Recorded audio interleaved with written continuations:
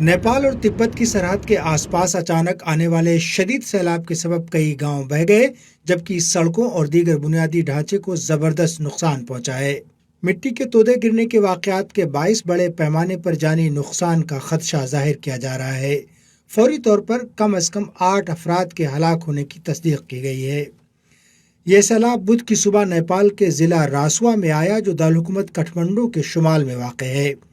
نیپال کے محکمہ سیاحت نے بدھ کو جاری کردہ ایک ابتدائی جائزے کے حوالے سے اطلاع دی کہ اچانک سیلاب کے سبب تقریباً 400 سیاح لاپتہ ہو گئے، جن میں 291 غیر ملکی بھی شامل ہیں۔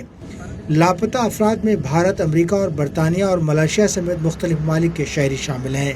اطلاعات کے مطابق تبت سے نیپال آنے والے بھوٹے کوشی دریا میں تیزی سے برف پگھلنے کی وجہ سے پانی کی سطح میں غیر معمولی اضافہ ہوا۔ متاثرہ علاقے میں سڑکوں کو نقصان پہنچا، جبکہ مواصلاتی نظام میں خلل اور بجلی کی فراہمی متاثر ہونے کی اطلاعات ہیں۔ حکام کے مطابق کٹھمنڈو جانے والی مرکزی شاہراہ بھی بند کر دی گئی ہے۔ دریا کے آس پاس علاقوں میں ہائی الرٹ کا اعلان کیا گیا ہے اور سرحد کے دونوں جانب امدادی آپریشن جاری ہیں۔